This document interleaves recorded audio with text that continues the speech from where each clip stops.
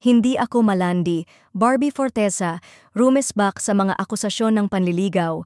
Habang may jowa, mainit na pinag-uusapan ngayon sa social media ang matapang na pahayag ni Barbie Fortesa matapos siyang bansagang malandi ng ilang netizens kaugnay ng diumano'y pagpapalit niya sa longtime boyfriend na si Jack Roberto para sa on-screen partner niyang si David Licauco.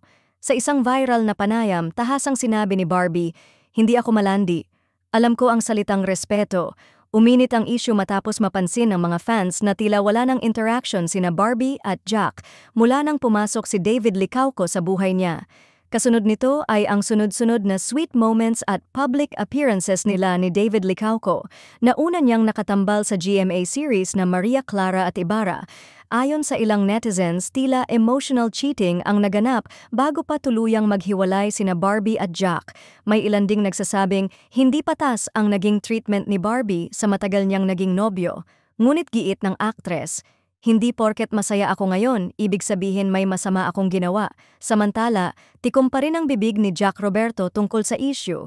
Hindi pa ito nagbibigay ng anumang pahayag mula nang kumalat ang balitang hiwalay na sila ni Barbie.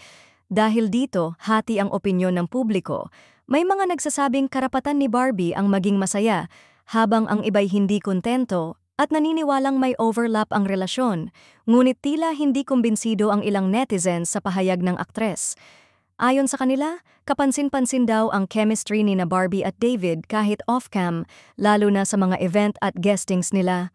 Mukhang hindi basta-basta maaayos ang tensyon sa pagitan ng fans ni na Jack at Barbie, lalo pat tila unti-unting lumalakas ang tambalan ni na Barbie at David na ngayon ay tila nagiging real-life couple na din.